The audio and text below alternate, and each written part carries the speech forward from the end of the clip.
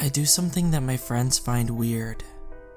Every week, I stop by the library and talk to someone I met by accident. He's always there, reading something. Right at 10 a.m. on the dot, he's walking through the front door 2 hours after the place opens, and leaves right as it closes. I learned at one point from him that he walks 2 hours every morning to this library to read. One of the first things I asked was why he doesn't just stay home and rent an ebook or something. I even pulled up my phone at one point to show him a bunch of online copies for rent of the book he was reading from the exact library we were in. He just shook his head, said he's staying offline. My friends call him homeless, and you know, crazy, but he's definitely not. Okay, yeah, he dresses like he lives outside. I admit it. It's not like he's in rags or anything close to that. It's just he looks ready to, I don't know, survive. He's always got gear on him, heavy clothes, a big hiking pack, like he's ready for something to happen. So, okay, I get why they might call him crazy too. So, why be interested in him? My friends would always complain to me. Well, you see, he has an explanation for the holes. The holes are famous in town, on account of the fact that there is nothing else really exciting enough here to warrant being called famous. The holes, though, they're actually something special. They're right outside in the parking lot. Just 2 totally massive craters, the size of a couple semis lined up.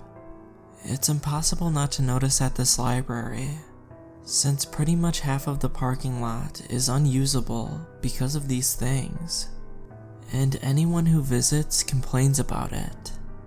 It's just strange, out of place, and more than that, no one has a good explanation for why they're there. They've just existed as a part of town for as long as anyone can remember.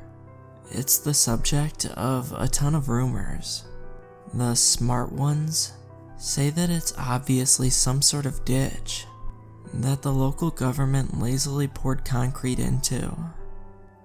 The same local government says there's no money in the budget to repair the parking lot of a public library, so it's easy for people to believe given their record.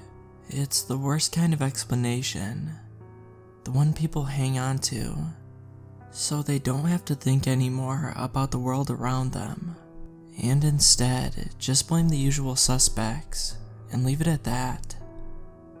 First off, the holes don't look anything like a ditch, or even a crater. Each hole is equally deep all across, and are shaped equally like an oval.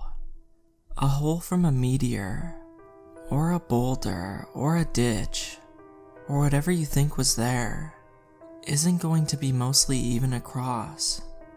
It'd be deep in the middle, shallow on the sides. Not to mention, hey, there's an identical pair of these things right next to each other. What kind of oval meteor has another oval meteor make the same exact shaped crater right next to it? If you ask certain folks around here, myself included, they look a whole lot like a couple of footprints in the snow. Something giant once stood there is what I say. It's silly, but as a kid I didn't have much to do, and I'd spend a lot of time at the library just to look at it, imagining about what the giant creature could have been. Even when I moved on to community college in the local area these days, I still visit and check out the holes, hence meeting crazy, not actually crazy guy. Oh, those?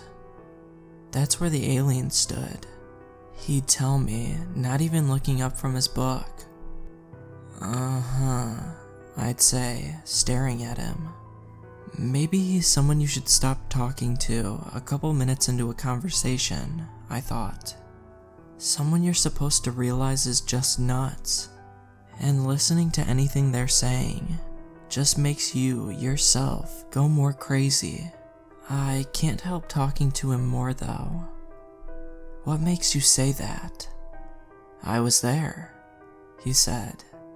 He always had a thermos with him, filled with green tea. I know because he eventually let me have some. Okay, mind proving that? I can't really.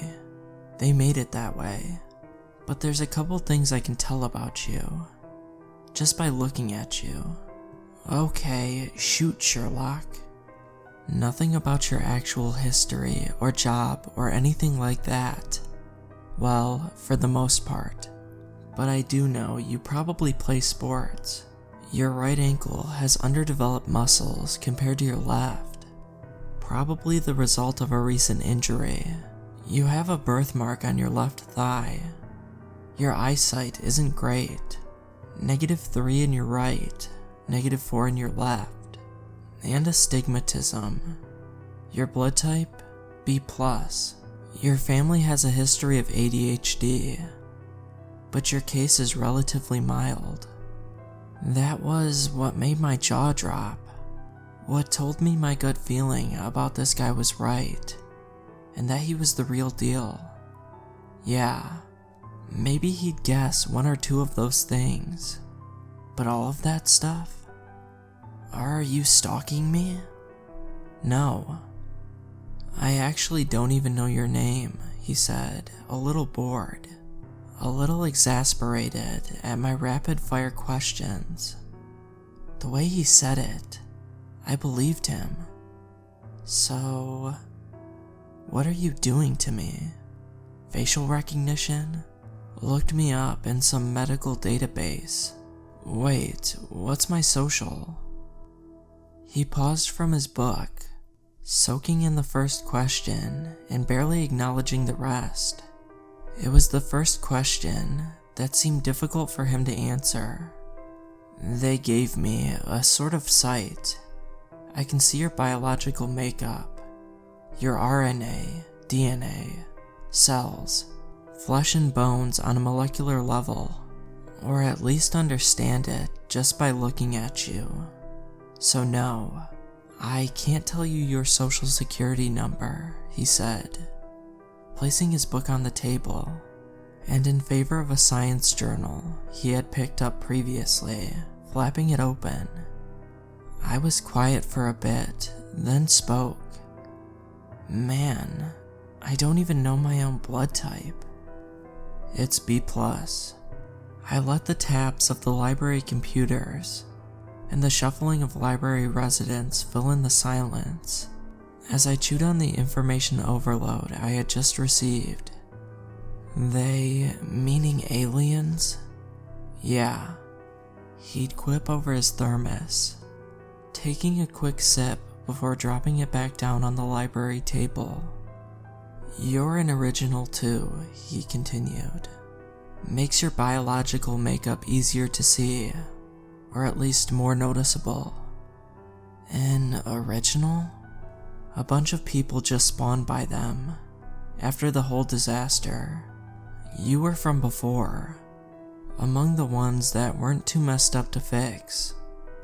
I looked at him. He seemed tired, the type where a lifetime of stress happened in the span of a couple years and aged him up a bit. But the way he spoke had perfect clarity. He was sober as could be. The only thing was, he seemed impossibly smart, always reading the thickest book I'd ever seen. Astronomical Spectroscopy, an introduction to particle dark matter, studying distant galaxies through trapped particles, were his choices today.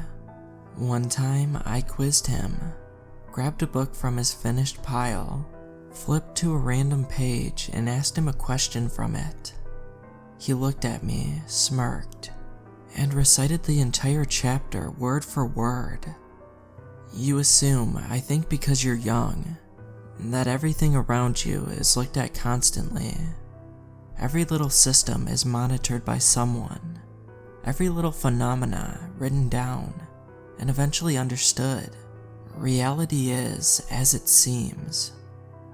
I don't really think that, but okay. Oh, you don't? How many things do you take as truth that you haven't verified yourself? How many explanations have you heard that you don't truly understand? Do you accept for the sake of time and energy? I nodded slowly at this.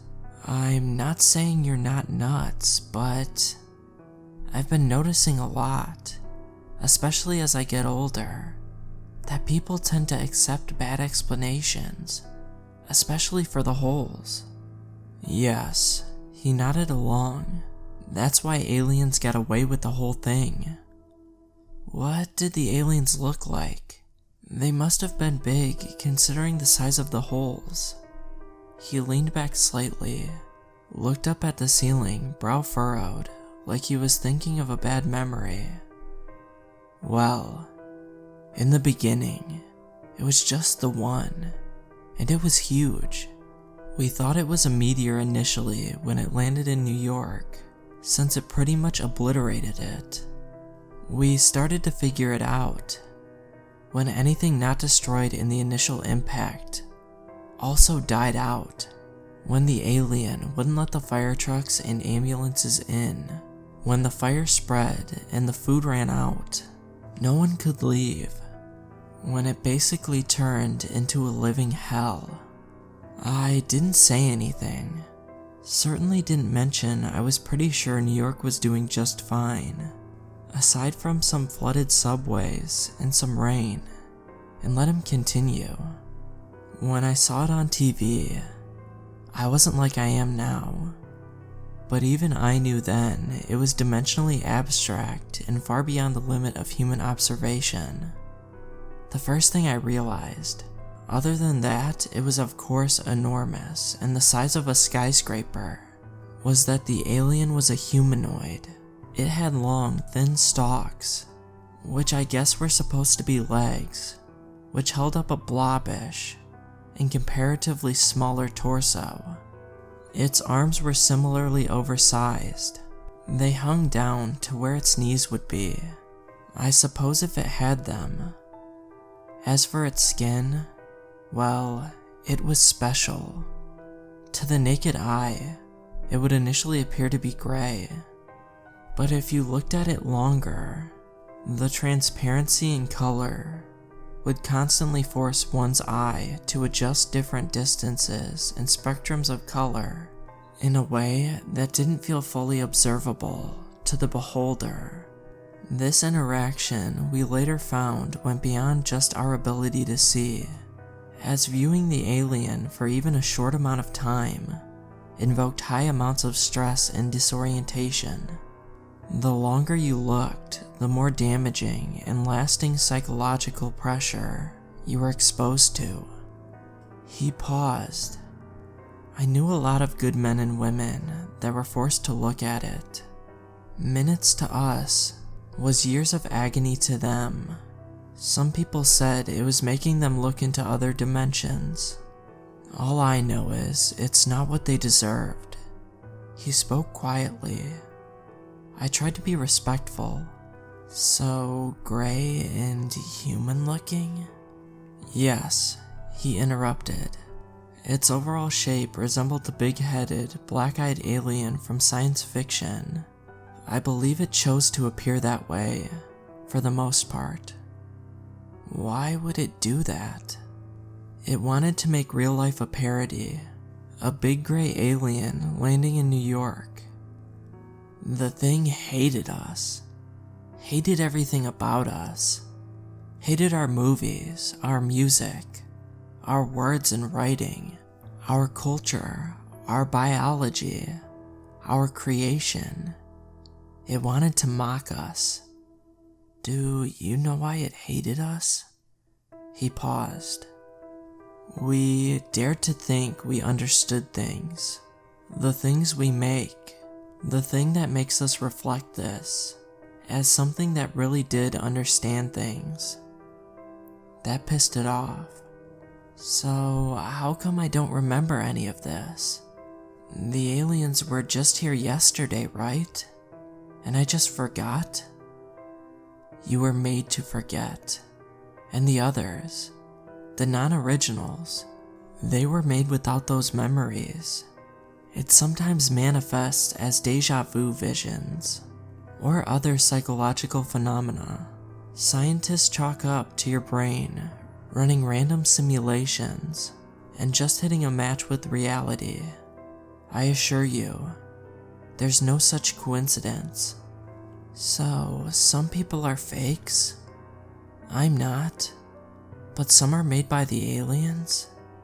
Do they work the same as us? He looked uncomfortable at the question.